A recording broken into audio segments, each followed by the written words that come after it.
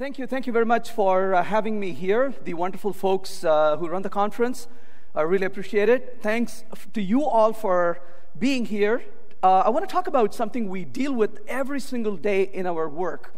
What really makes our lives really difficult? I want to talk about complexity. But before I do that, when I was a child, I used to tell a lot of scary stories. Now I just talk about programming, and that does it. And it turns out that we have a very challenging life to live. We deal with complexity every single day at work, and this is what we have to tackle. And we have all the good efforts we put in. We want to be successful. We want to deliver applications, but the things that we create today ends up really affecting what we can do tomorrow. And that's what I want to talk about today is what are the things that lead to complexity and maybe how we can actually minimize such complexity in our programming life that we do. And what I want to do is to identify certain things I've come to experience. This is more of a sharing of my experience through my projects that I worked on for clients over the years. And if you ask me what do I do for a living, I'll be honest about it. I actually do more of code removal than code adding these days. I go to clients and I find that they have written way too much code than they really need. And oftentimes when I leave, they actually end up having a lot less code than when I walked in. And one of the things I fear the most is unnecessary complexity and accidental complexity that people bring into the applications. Well, one of the things we often hear about constantly is that the only constant is change. But we live in a world of agile development these days. So I want to ask the question, what is really agile development? Well, agile development really, agility is all about our ability to adapt to change. That's what we really are looking for. And adaptability is really the key in this case. Well, if adaptability is really important, we want to do things that make it easy for us to adapt. But what do things really make it hard for us to adapt is the question we need to really ask. And it turns out complexity makes it really hard to adapt to change. And so if we really want to adapt in the future, one of the things we have to really look for is to find and remove these kinds of complexity that make it really hard to adapt as we move forward. Because the change is the only constant, well, then we want to really be able to afford the change, embrace the change, even late in the game, but how do we do that? Well, it turns out we cannot be naive about it. We need to really understand that the world we live in is not something that's going to be trivial. We work with applications that are significant. We work with applications that are in the banking industry. We work in applications that are dealing with satellites. We work with applications that deal with transportation. Imagine every single aspect of human life is now touched by computer programs. I don't think I ever thought about it that way when I started programming, but to realize one day that what you do affects every single aspect of human life on Earth is just pretty amazing for us to be in this field. But it turns out that system design is complicated by nature. Well, there are things that are going to be complicated no matter what we try. When you deal with your business, the things they want your application to do, and the minute you think you got a grasp of it, they come back and tell you that's not it, and they tell you more that you have to deal with. And you have to constantly deal with this. This is complicated business we have to deal with. But notice that the applications we develop are already complicated, but unfortunately, really sadly though, that the complexity that we create really is what we add to this, what is already complicated. So we don't want to really add complexity to what is already complicated. We want to really minimize that. So what I want to talk about here today is how can we really, maybe do that. So I want to say that we are victims of our own complexity. So complexity often comes from the solution we create. And I want to separate between the complicated systems we deal with and the complexity that we introduce. And if we can be smart about it and eliminate that complexity, we can do a lot better. So I want to talk about the question, what makes software complex? And every single one of this I'm going to talk about today is what I've observed in my experience working with different companies. And these are things I've kind of jotted down in memory lane over the years, and I kind of captured that in this particular talk. So let's talk about the very first thing I've taken note of, and that is moving parts. Too many moving parts make things really complex. Now, when it comes to applications, this is only getting worse by the day. Everyone wants to build microservices today, whether they want it or not. That means more moving parts to what we are building, for example. And the question is, are we really up for that complexity? Is that complexity really worth it? Is it what we really want to go after? Does it provide value? Is something we have to ask. And there's a beautiful saying by Leslie Lamport. He said, a distributed system is one in which the failure of a computer you didn't even know exists can render your own computer unusable.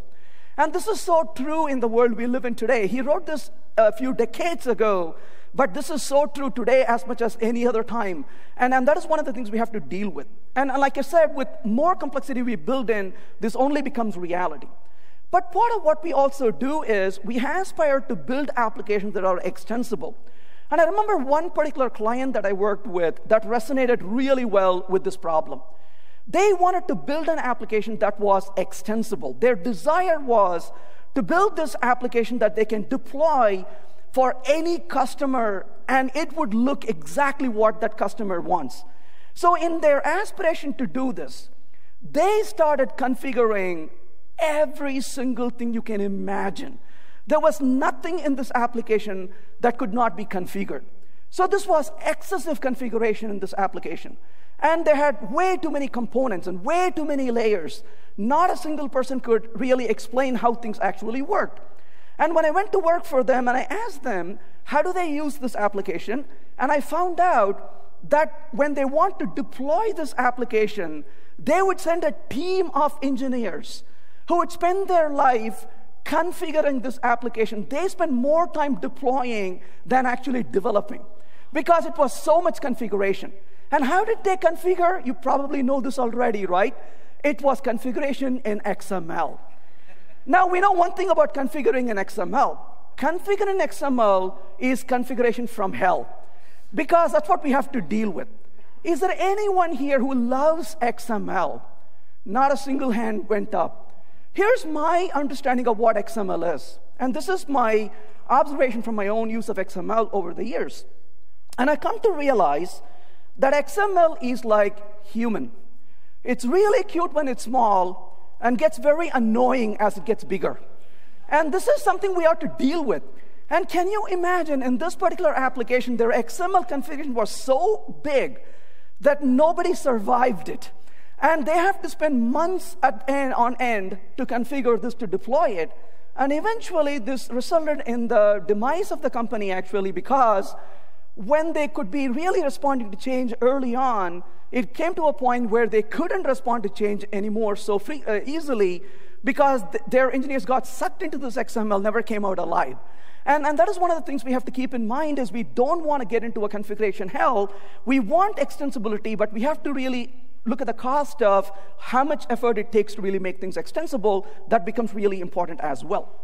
So the application becomes brittle. It becomes really error-prone.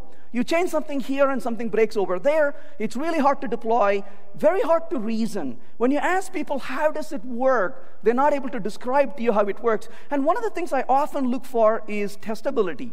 Here's an early sign of warning. If an application is really hard to test, that's a disaster in the making in general. So I would always look for how easy it is to test this application during development, and that's a sign during production as well. So one of the things to really ask for is, what are your moving parts? The more the moving parts in your application, the harder it is to maintain the application as well. The next thing I want to talk about here is invisible changes. And I'm a little bit bitter about it even today, because where I came across this was a team contacted me and said, we need your help. Could you please take this C++ code and rewrite it using Spark for us? The logical thing I should have said is no. But unfortunately, I said yes. And then they sent me the C++ code. And I started reading the C++ code. Just before I say that, let me say this. I had spent 15 years teaching C++. I have spent several years working on C++ project. I am current with the latest standards of C++. I still teach courses on C++. It's not a language that's alien to me. But I looked at this code they sent me, and to be fair, it was not a very large piece of code. only several hundred lines of code. And I read through it, and I read through it, and I read through it again. And every time I read it, I felt more stupid. And I'm like, why don't I get this? Have I gotten really old for this stuff? And I'm reading it again.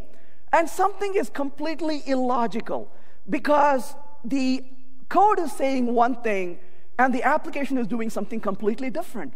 And I was trying to figure out, why does this code do this?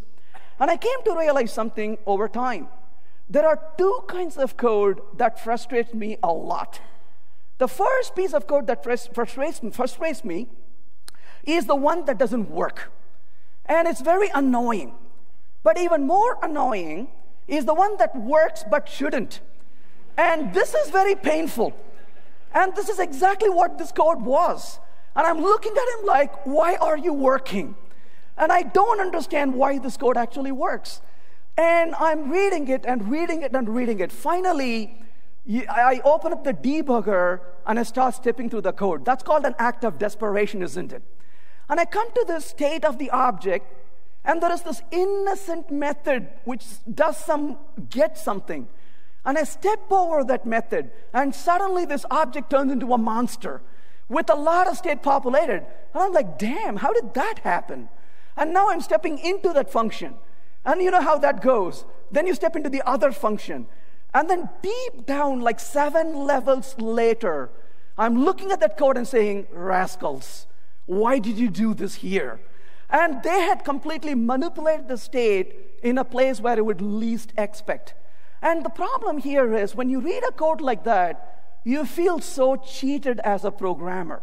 Because you're like, why didn't you just make this obvious to me? Because I spent the last few hours trying to understand how this code is working.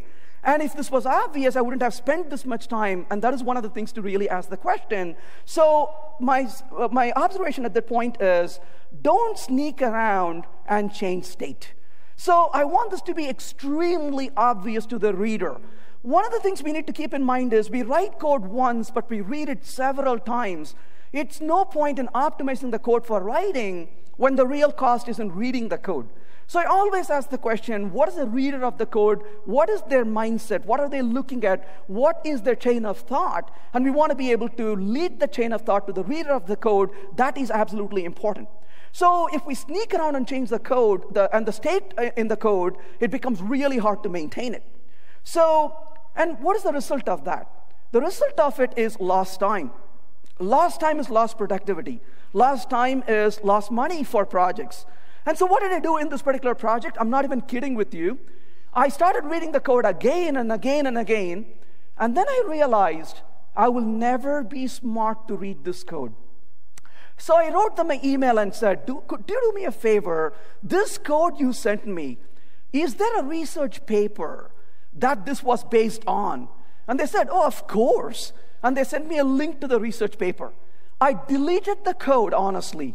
I read the research paper, wrote the code in Spark, sent them to this and said, here you go, it works in Spark, and don't ever call me again.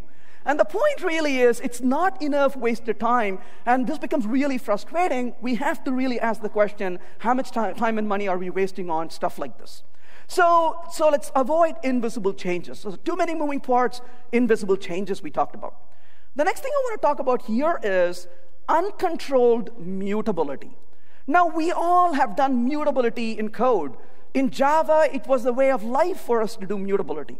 But unfortunately, as years go by, I realize the more we mutate, the really harder it is to understand what the code is actually doing. And this becomes really hard to explain and reason with the code.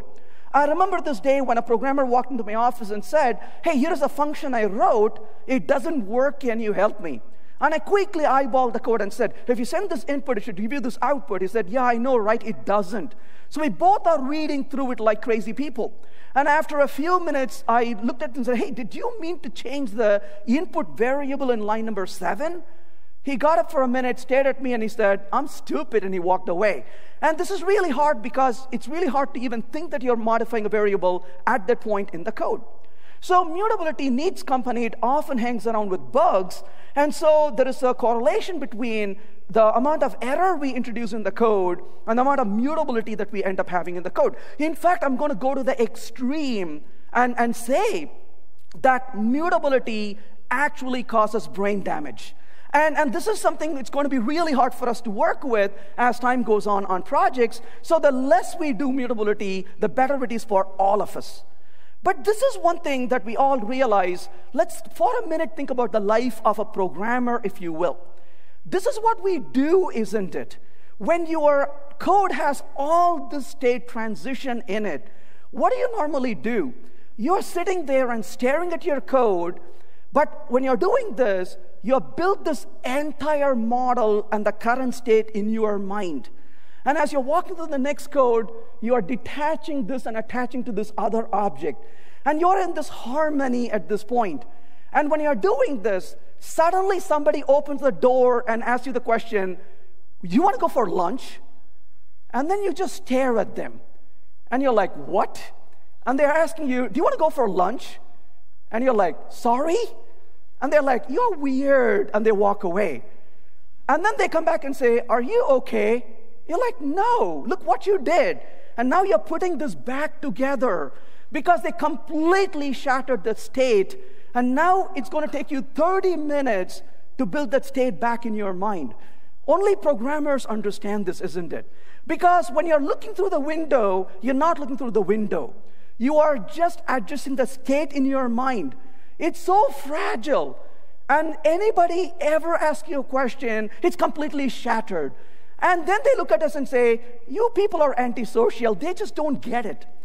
And I'll tell you, the best money that I ever paid in my life, ever hands down, was when I went with my wife to watch the movie Social Network. This was worth it. I didn't know this coming. I was right there sitting in the theater watching the movie, and there was one scene. She literally screamed right in the middle of the movie and said, oh my gosh, I get it. I'm like, gosh, what did you get? And she's like, I get this. And here's the scene that she got it in this scene. So I'll share the scene here with you. Hopefully the audio works. So this is the scene right in the middle of the movie. So here we go. The audio is not working. Can we try the audio again, please?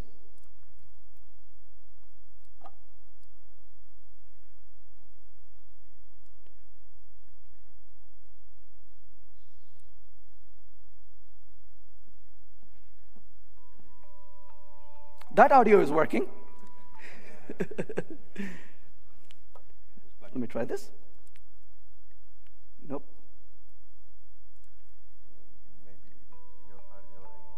Is it through here? No. Oh, I need to change the audio setting. I'll tell you what every programmer says at this point. It worked before. It truly did.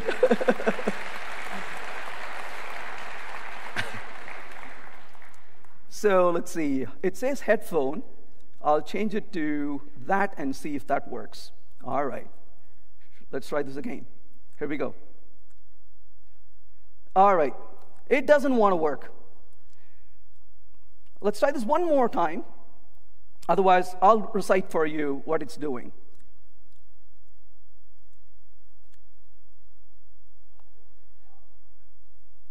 So that seems to be output, yes. Yeah, it is an HDMI. Let's change it to a headphone and see. Let's try that again. There you go. That's awesome, isn't it? Okay. All right. So let's do this again. I didn't know we had a doorbell. Andrew, get the door! No, he's wired in. That's gonna cut into security process. Andrew. Now down. Good boy. I'm Sean Parker. Oh, he's wired in. That's what I'm talking about. So that's what I'm talking about. That particular scene is when she screamed and said, oh my gosh, I get it. I'm like, what are you getting? And she said, I know why you do this. When I talk to you, you're wired in. I'm like, take my money. This is amazing. when the family gets it. And a week later, I was working in the kitchen, and one of my kids came to me and wanted to have a question. Said, Daddy, and my wife said, don't talk to Daddy right now. He's wired in. And I am like, yes, this is amazing.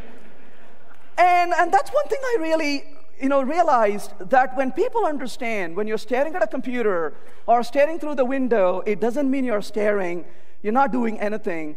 You are managing your state in your mind.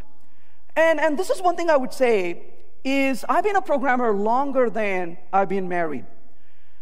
And when I got married, I was a little fearful because I feared I have to choose between being a programmer and being married. Thankfully, I didn't have to do that for two reasons. One, my wife is very kind. Second, she understands programming. I didn't say she understands me. She understands programming.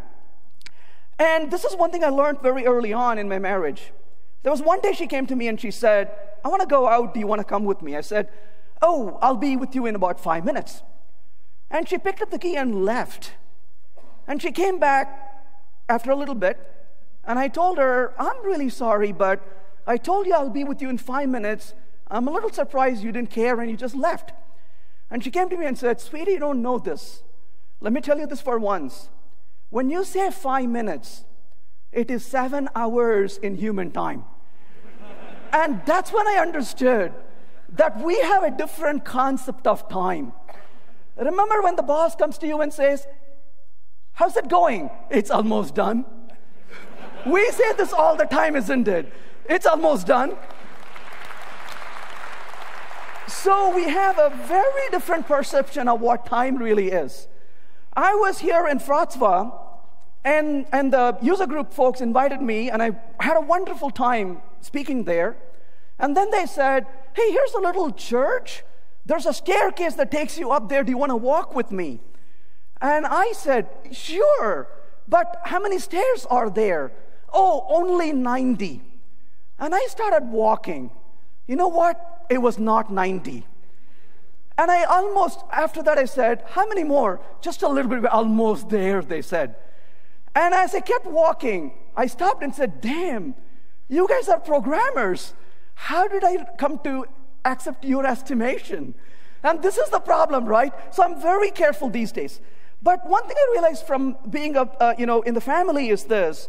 To me, this is one of my aha moments, is that happiness is when the world understands programmers. When your family understands what you do.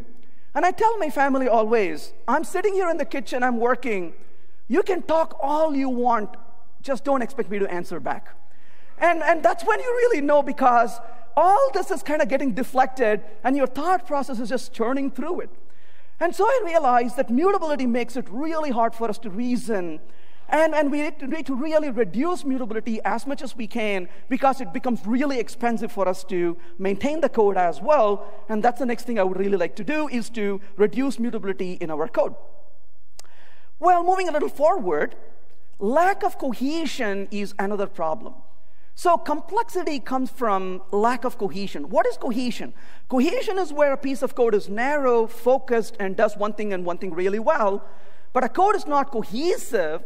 That means it does several things. And when a code does several things, it's really more complex for us to understand, and that becomes really hard to maintain. That's complexity that we have to deal with. Well, when it comes to cohesion, like things are together, unlike things are apart. And of course, the code is focused. The reason for this, of course, is we are minimizing the frequency of change. So as much as we can, we should really try to make the code more cohesive. I was in Canada for speaking at a conference entirely run by students who go to universities over there. And they had a competition that year where they wanted the students to build different things with Legos. And the options were almost endless. And I began to realize how beautiful this is in terms of modularity and abstraction. And what if the software we create can as well be so concise and cohesive? What difference would that make is something to really think about. The next thing I want to talk about is what we deal with every single day: excessive dependencies. Dependencies drag us in and beat us down. Now, dependency is unfortunately a necessary evil. We cannot develop without dependencies. But we cannot also develop with dependencies. I was talking to a team recently. They were working on a JavaScript project. And I asked the developer, how many libraries do you use on this application? You know, I was working with them. I know what the application is doing. And in my mind, I have an estimation of what they should do. And without missing a beat, he said, oh, we use 150 libraries in this. I said, 150? He opens a dependency file and shows it to me. Sure enough, more than 150. And then I looked at him and said, why are you using that many? He kind of shrugged and said, because we found them. And this is so true, isn't it? And because we found them, sure, at least he's being honest. And this happens a lot. I've been programming for about 35 years. When I started my programming career, I lived through the days called DLL hell. And this is one of the things I tell my children. I tell them the stories of my life, how terrible it was to work back then. And you would have to deal with the DLL hell. And in the middle of the day, somebody would say, your code doesn't work. Well, that was very helpful, thank you. Now, what doesn't work? It doesn't work. Well, that's even better. And then you go to them and say, are you using the right DLL? Yes. Where is your DLL? Here. And then after 30 minutes of wasted effort, you find out they changed the path on their machine. And that's using a wrong version of the DLL. Well, then I was so happy to move away from the DLL hell. Then I started programming in Java. The good news in Java was we dealt with jar hell. Then came along C#, I worked with assembly hell. But those things got really better as time went on. So I've had one hell of a programming career, from DLL hell to jar hell to assembly hell, but now to NPM hell. Well, this is a story I'll share with you. I was on the flight the other day, and the captain came on the speaker and said, folks, we reached our cruising altitude of 36,000 feet. Everything is going smooth. I'm turning off the seat belt. I shouldn't have done this. But I opened my laptop, and all I did was NPM install. Turbulence right away. I'm like, sorry, I didn't mean to do this. They never let me on the Wi-Fi anymore. And the point really is, this becomes horrible because it'll go with vengeance and download the entire internet for you. I was mentioning this the other day, and a developer said, oh, I don't have this problem. I said, really? How come? How do you manage your dependencies? And he said, I use Maven. How do I tell him this? You don't use Maven. Maven uses you. And the point really is that we get sucked into these dependencies, and that becomes a dependency hell that we have to live with. And this becomes horrible. And this is one of the things we fight every day constantly at work, is dealing with all these dependencies. Now, I'm not going to tell you that the past was better than the current or the future. But I'll just share with you the past that I lived through years ago, or even decades ago, I would say. And that is, dependencies usually are really hard to maintain, and we struggle with it. And dependencies become obsolete over time, and they become incompatible. But back in time, when I wanted to use a library or a framework, what would I do? I would have to go get them. Well, one of the things to consider in this case is, when it comes to these libraries and framework, you need to be very careful how you bring them in. And related to that, I'll talk about one other thing that causes these problems, like the developer who said, we found them. Well, this leads to what is called technology infatuation. This is a problem that plagues us a lot.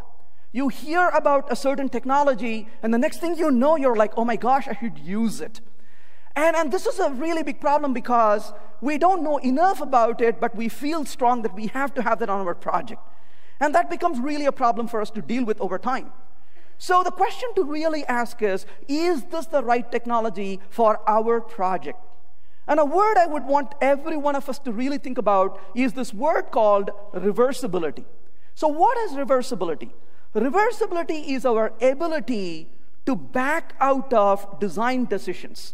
So you make a decision today, and in 3 months you realize, you know what, that's really not a good idea. And you want to back out of the design decision you just made. And if you want to back out of the design decision, how easy or how hard is it to really make the decision? And if something is easy to reverse, I'm okay to make the decision a little lightly. If something is really hard to reverse, I want to spend more time to make that decision as well. From that point of view, I will think a little bit about library versus framework. Well, there are libraries we use, and there are frameworks that we use. What is the fundamental difference between these two when it comes to reversibility and the cost of using them, and in terms of complexity? So I will say, in the case of framework versus library, the use of a library is easier to reverse than the use of a framework.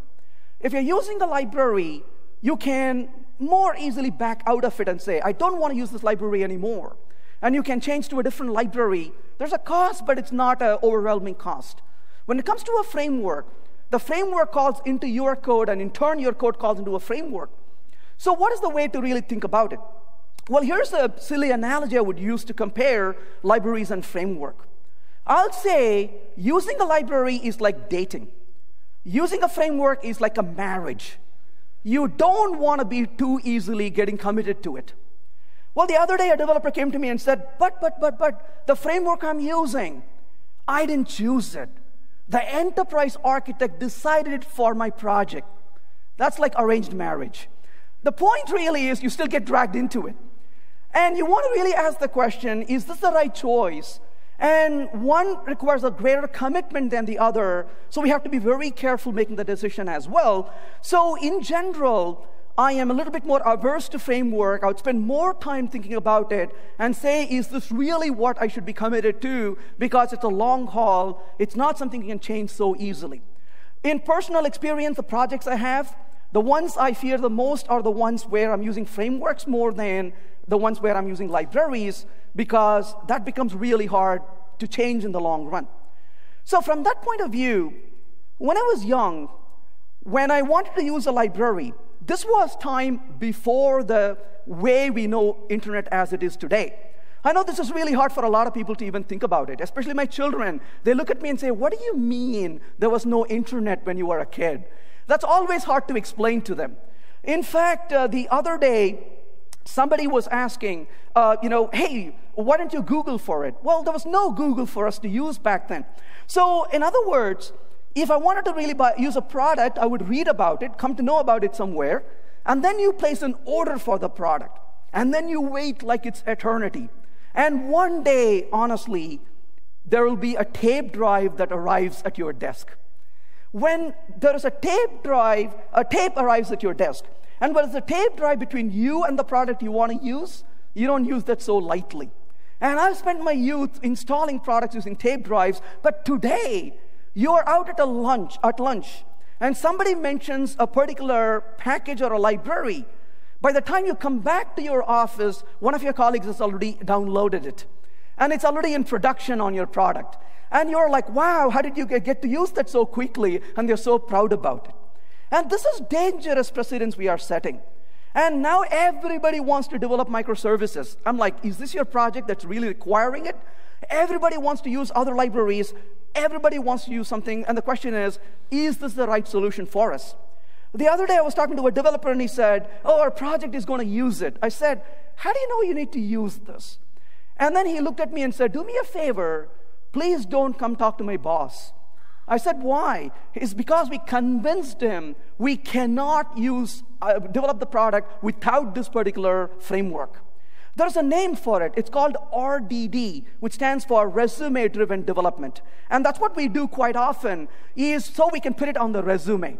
This is scary stuff because when I look at resumes, I often look at this and say, what is not here? Because the list is so overwhelming. They got every single library and product listed, and it directly goes to trash can. Because what does that say when somebody has used 300 different libraries? That tells me they're going to come and slow my project down as well. I don't want that kind of commitment on my project. I want to deliver application pragmatically using what is necessary, not just to say, here are things. So how do we really balance this out? Well, sure, if I want to really learn about something, and I do, I want to learn about it on a side project. I'll spend my time developing that on a side project. And once I learn enough about it, I can then decide if that really makes sense or not. And if it does, only then would I bring it to my project, not otherwise. And there are so many things we should be really playing with, but not put into production. And there should be for select few things that actually go into production as a dependency in our application. But I'll share with you a really sad story related to this. And I call this the Tale of Infatuation. And this is really hard for me because this is something you don't want to see happen to things that are around you. You want things around you to succeed. So this was back in time years ago. And the economy was not really that good in the US. But I was really happy. I was working on a project as a consultant.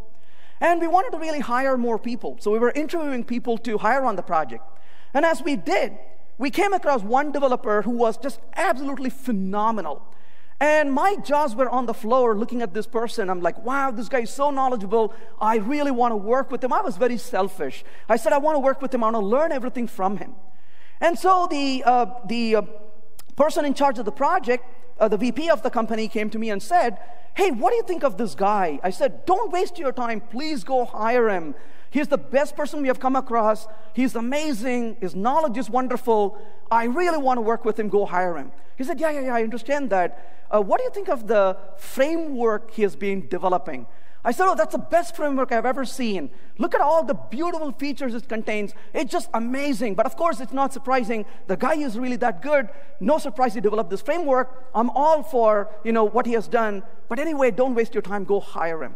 Yeah. But what do you think of us using the framework? I said, oh, whoa, step back for a minute. We got a product to release in 6 months. You don't need any frameworks right now. So can we keep our focus, please, on the project we are developing? Hire the guy, let him come on board, we'll work with him, let's develop this, let's deploy this. 6 months later, you do whatever you want to do. He said, no, but did you notice, Venkat, that this product had a distributed, persistent data store? And I said, you never used those words in one sentence ever before. Why are you saying this? He said, did you see how it has persistent messaging with fault tolerance built into it? I said, look, you never used those words also in a sentence before. You are infatuated. Please don't do this. Hire him, put him to work on the project. Here's what I'll tell you. You finish this and release in 6 months. You want to use any framework for the next version, I will be with you. Let's do this. Well, 2 weeks went by. I remember very clearly Wednesday afternoon. I'm sitting and coding away on my desk.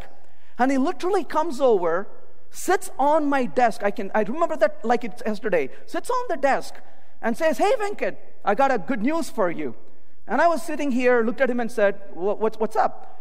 Oh, we have hired him. And I just leaned back and said, I can't tell you how happy I am.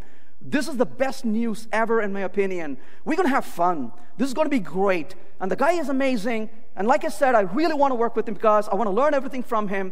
This is going to be really fun. So thanks for hiring him. And then he said, oh, as part of the hiring contract, we have agreed to use this framework on the product.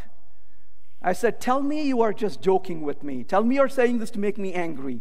He said, no, this is the truth. We have agreed to use this framework. I said, well, then, I just resigned. I just quit. He said, oh, I know this is coming. I already told my boss, the minute I tell you you're going to quit. I said, at least I'm predictable. I'm so happy for that. Well, I closed my laptop. I plugged my stuff out, and I said, if you have any other project, please call me. I'll come and work with you. But this one, it's doomed. But you don't need me for this. You should run with it. How long you are going to take to finish this? Oh, 6 months. We'll be still done with it. I said, awesome. Good luck with you. And this is one of the very few days I actually went home early. I went home. My wife was like, hey, you're early. I said, yes, I quit. And she said, you quit? I was like, yeah, I quit. Well, in that case, I got some dishes for you to do. That's the way she is.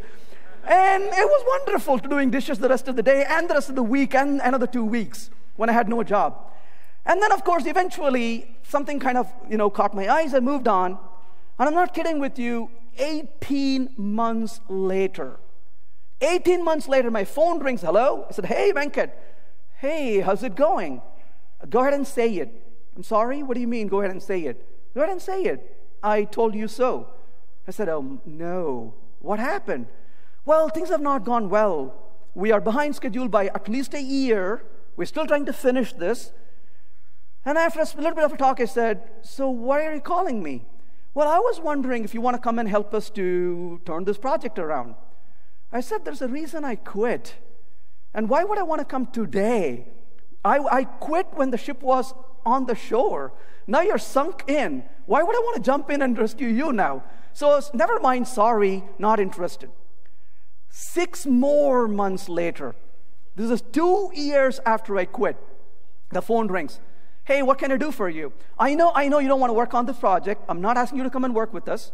All I want you to do is come and look at the product, write an expert report on it, and you're done. You get paid for a day. I said, I can do that. So you guys are done. Absolutely. I'm like, this is awesome. And I'll come and write a report for you. No problem. It's a one-day gig. I'll be happy. And I showed up, I'm not kidding with you, 8 a.m. And he takes me into this room, closes the door, and there's a computer with a few instructions next to it. And I open up the application, and I enter a little information there, click on a search button, and I'm waiting. And I'm waiting. And 25 seconds later, something popped up on the window. And I did that again. And then I measured the time and said, it's taking 25 seconds. He said, uh-huh. I said, the speed of the computer, oh, don't even talk about it.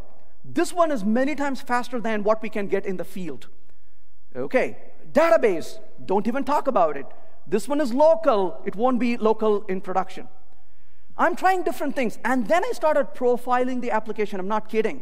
When I profiled it, that one click resulted in a creation of 1,864 objects.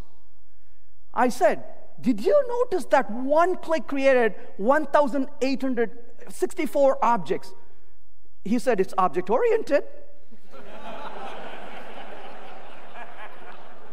And I am like, okay. And then I looked around and said, I got a question for you. Where's the team? And he kind of swallowed a little deeply and he said, so what do you think of the program? I said, no. I'm asking the question, where's the team? And then he says, they fired the entire team. Well, after 2 years, they delivered something that doesn't even work. And they fired the entire team. And then I asked him, what did you ask me to come here for? He said, fix it. I said, I'm sorry, I'm a mere mortal. I'm not a magician. I want to go home. I'm not kidding with you. I was there till 10:30 in the night. He wouldn't let me go. He wanted to know what options are there to fix it. And when I left, I said, today, I'm going to leave, and I will never send you invoice for today because I like doing surgery. This is postmortem. I'm not there for that. And I walked away never to ever go back. And I went with a broken heart because these are good people. They were struggling to develop a product to survive in the business. And they want to develop an application. Technical people should have the wisdom to tell them, don't do this. And if we technical people don't have that wisdom, the business stands zero chance. And we always like to complain about management, but a lot of times we have to stand up for responsibility and say, we want to deliver this application for you, and we can't go this way because it's not going to happen. And that was a very, really sad experience for me because here's a product we were working really hard, and it completely was dead because they were infatuated. So we want to really avoid that kind of infatuation. So don't build what you can download, sure. But don't download what you do not need. So I'm very reluctant when it comes to using libraries. I'll say that very honestly. People will ask me, why don't you want to use this? It's there. And I will always ask the question, there's a cost of not using it. But there is a bigger cost of using it. and I want to know what's the cost of using it as much as the cost of not using it. Because if I end up using the wrong stuff, it costs me more in the future. It is so much easier to put that in. It is so darn difficult to take it out. So I want to be very reluctant for a good reason, because I care about technology, but I care about economics of technology even more. And the more I mature in my life, I more think about what's the cost of doing it more than how cool it is to do this. The next thing I want to talk about here is about a few accidental complexities. One of them is low level of concurrency. We see this a lot. We look at a problem, we say, hey, we can solve this problem with a pool of threads. Now we have a pool of problems to deal with. Let's look at an example of this just to get a feel for it. So here's a little piece of code, if you will. And in this piece of code, all I have here is a little nice little beautiful variable called done, which is Boolean. And notice it's a static variable right there. And I set it to false in the main. I create a new thread. And I say that the thread is running. Then I have a loop where I say not done. I increment the count right here. And then I loop through. And whenever the done is true, I will get out of the loop and I'll print exiting thread. Then after a 2-second delay, I print out setting done in main, and I set the done to true. So logically, if you eyeball the code, you're saying this is going to loop for 2 seconds. At the end of 2 seconds, it's going to print setting done to true. And then the done is set to true. It should bail out of this loop, and it should say exiting thread. Well, when I go back and run this code this time, though, notice that unfortunately in this case, it is going to, I need to save the code. So in this case, when I run this code, notice, it is going to say in main, running. 2 seconds later, it said setting done to true. But we're going to wait for a very long time, isn't it? How long? For eternity. So why doesn't this code really work? In fact, this is a beautiful code that you can torture people with. Because you can go back to this code and ask the question, if I say thread.sleep 0, can you even believe it? A sleep of 0, you're not even sleeping.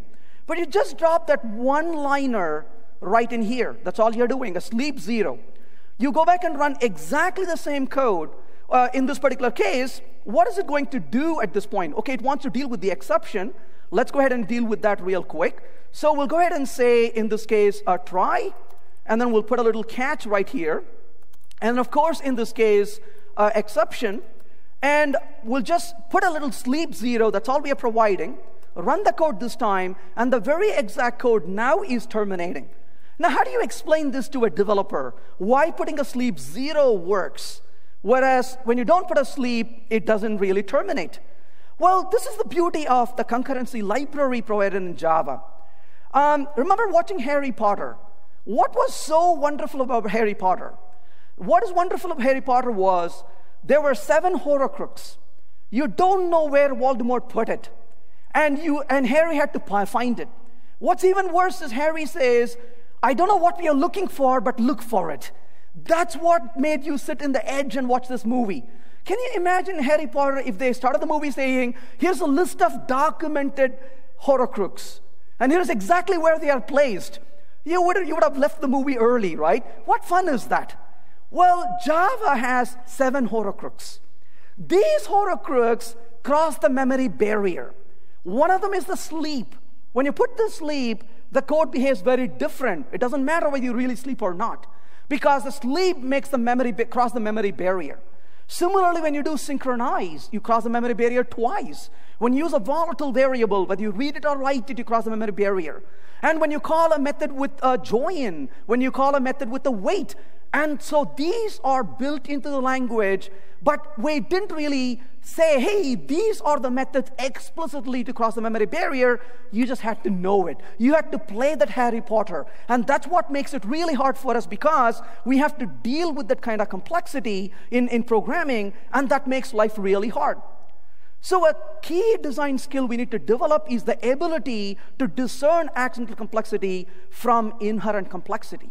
So if as programmers we can sit down and say, that is an inherent complexity, that one is accidental, don't do it, I think we can come out winning really by doing that.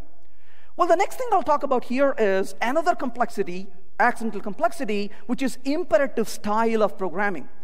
Most of us have done imperative style of programming. I spent my youth programming in imperative style.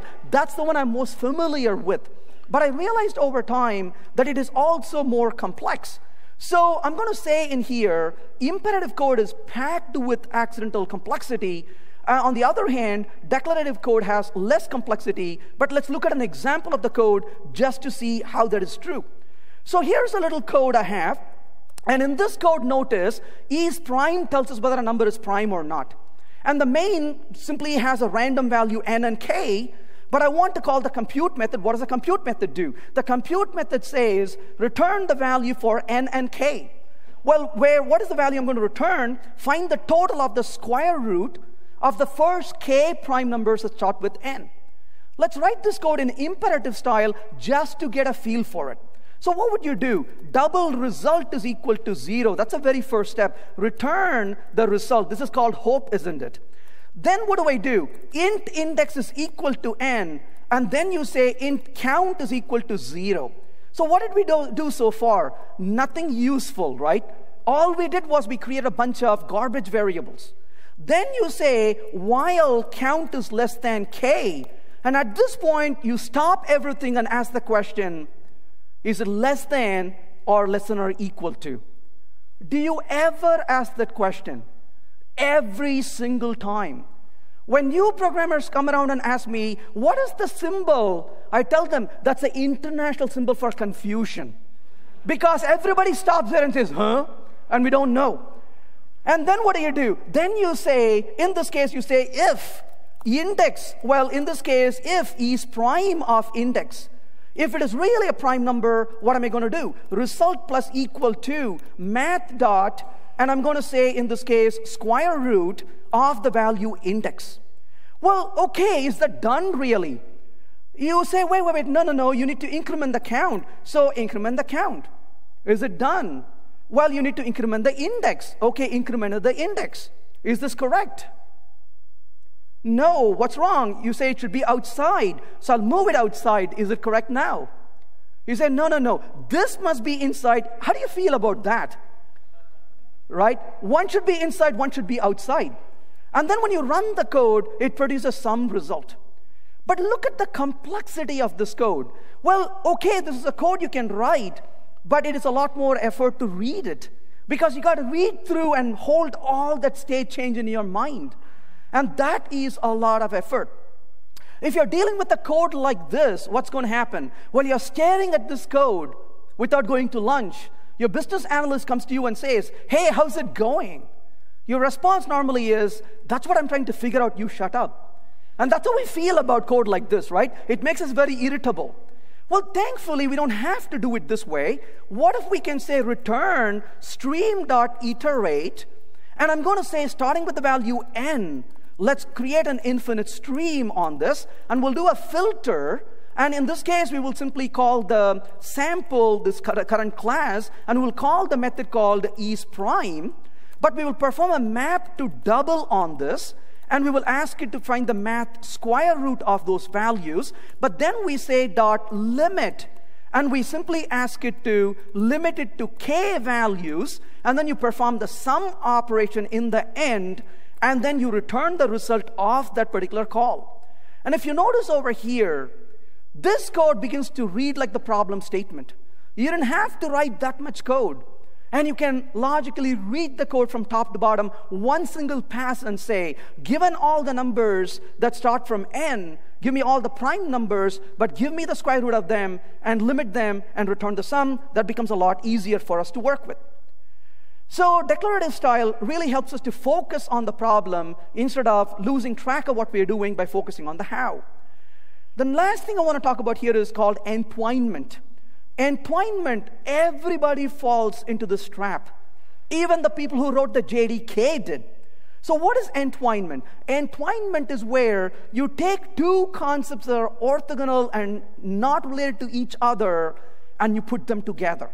A really good example of this is in how we dealt with garbage collection. Well, in the case of Java, garbage collection is automatic. But we know that garbage collection is not instantaneous. When Java introduced garbage collection as being automatic, we were like, yay, this is great, but how do we deal with external resources? Well, unfortunately, though, external resources need to be cleaned up properly and promptly. Well, their initial suggestion was, hey, why don't we provide you a finalized method? That was a bad idea. Why? Because garbage collection is automatic, deals with main memory. It is something that will happen on its own pace. And when the garbage collection happens, finalize is called. When the finalize is called, we will clean up external resources. Wait, external resource cleanup is completely independent of memory cleanup. You can clean up the memory anytime you want to clean up, but I want to manage the external resources more deterministically. So this is a really good example of entwinement. In fact, this hurts us a lot. In our own applications, we do this quite often and get into trouble with this. In fact, it's so prevalent, Rich Hickey coined a term for it. He calls this complecting. He says complecting things is the source of complexity, he says. And we do this, a lot of this in our own code. We take two different things and put them together, and we suffer the consequence of the entwinement. And we should really have the wisdom to say, these are independent and keep them away from each other. So we talked about these 9 different things that cause complexity into our applications. Too many moving parts, invisible changes, uncontrolled mutability, lack of cohesion, excessive dependencies, technology infatuation, low level of concurrency, and of course, low level use of concurrency API, I should say, an imperative style of programming, and entwinement. And we fall trapped to any of these, or naturally, unfortunately, more of these, and we deal with it. I would say one of the things we should really do as we mature as developers is we should learn to deal with complexity and have the wisdom to minimize it. And this is what I do when I go to projects. I try to identify complexity and say, can we get rid of these? Because these are hurting you on your project. These are not things you need to be carrying with you. So I'm going to finally say a maintainable code is a gift we can give ourselves for the future. And when we create a maintainable code, our future will come and thank us. And so we should really strive really hard to reduce the complexity so we can make the code more maintainable in the future. Hope that was useful. Thank you.